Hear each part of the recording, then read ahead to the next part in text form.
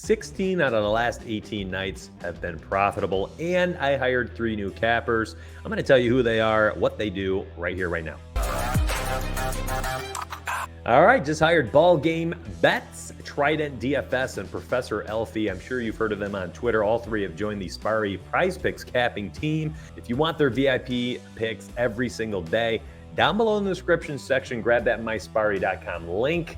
Sign up for the monthly picks only, and you'll get all of their stuff and all of my stuff. I've had profit in 16 out of the last 18 nights as well. Literally just 2 losing nights in sports betting. That's absolutely insane. Hit rate over 64% over that stretch. Just an epic run. Today, gonna give a couple free picks, and hopefully you sign up right after and you get all the VIP extras. Real quick, just wanted to show we are 11 days through the month and already plus 17 units. I continue to show people an insane profit. And then my favorite part is this is all posted inside Discord every single night. The exact wager, and the exact odds. Everything is totally trackable, and we show it every single night. All the daily totals, the picks, it's all there. Transparency is key. And with all that transparency, why wouldn't I want to show the transparent totals, the transparent picks at plus 215 units? If your unit was $10 per bet, you're up $2,150 on the year. Now, I know there's a lot of people probably less than $10 a unit, and I know there's plenty of people with more than $10 a unit. If you're $100 per unit better, if you had tailed our picks, you're at $21,500 on the year. And we are just entering the heat of the MLB season, where the hitters are about to take over for us.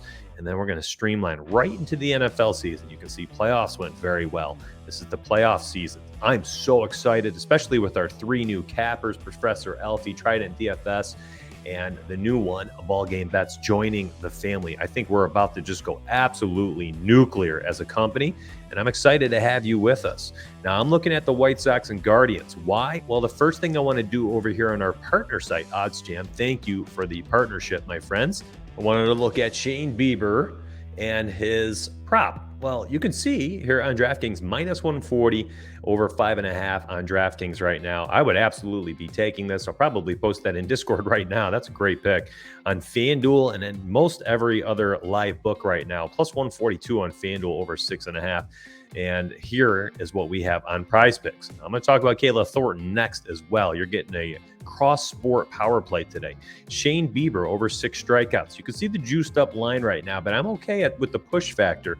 And here's why. Since we have this as game 1 of a doubleheader, and we have the Guardians on the road at Chicago, I like this a lot. Bieber this season, if you take out those first 2 games where he was on a pitch count under 80 pitches, only threw 72 and 79 pitches in those first 2 games, he has hit 6 or more strikeouts in 10 of 14 games. In 2 of the misses, he had 5 strikeouts. So he has been just right there. Basically 12 of the 14 games. He had 1 spot against Toronto where just very outlier performance at 0 strikeouts and 71 pitches, and they yanked him.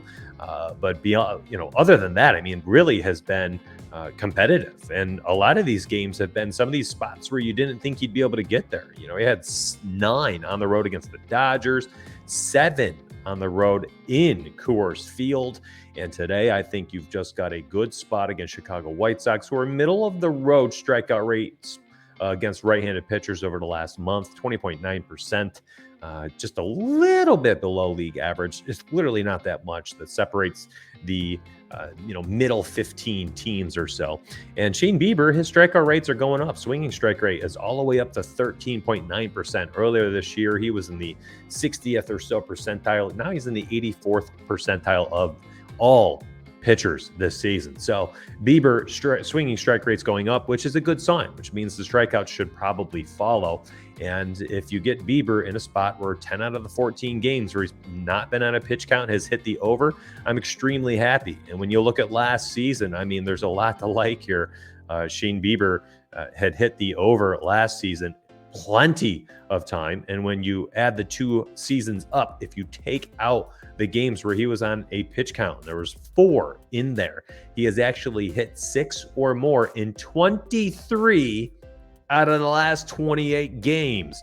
Give it to me. That's a really solid push factor. I don't mind it for like 4 and 5 pick flexes. I think is a fine option. A 3-pick power play is a fine option. 2-pick power play, absolutely. I like plays like this. Now let's slide over to WNBA, and I do not talk about it often, but my WNBA record, I think I have it somewhere in here. WNBA 24-13 since I've taken over doing WNBA. Do some quick math. That's like a 68% hit rate. Very small sample size. But listen, data's data. I know how to manipulate it, and I know how to use it, and I know how to research it. And I'm going to be using that skill and continuing to hammer out winning picks for you guys. So let's go ahead, and we're going to look at Kayla Thornton rebounds. Dallas versus Seattle today. Thornton has actually gone over 3.5 rebounds in nearly 80% of her games this season. That's crazy. What an insane rate. And this isn't like it's new, by the way. If you look at last season too, we're talking over the last 2 years.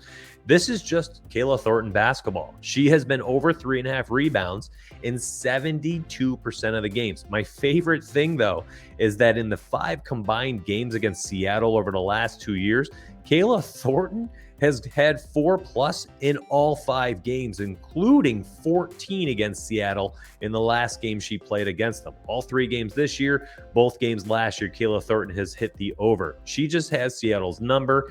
This doesn't make sense. This is the lock of the day over there. This will move. I can tell you right now, this will move. And guess what? If it moves to 4, I'm still taking the over. I am still taking the over.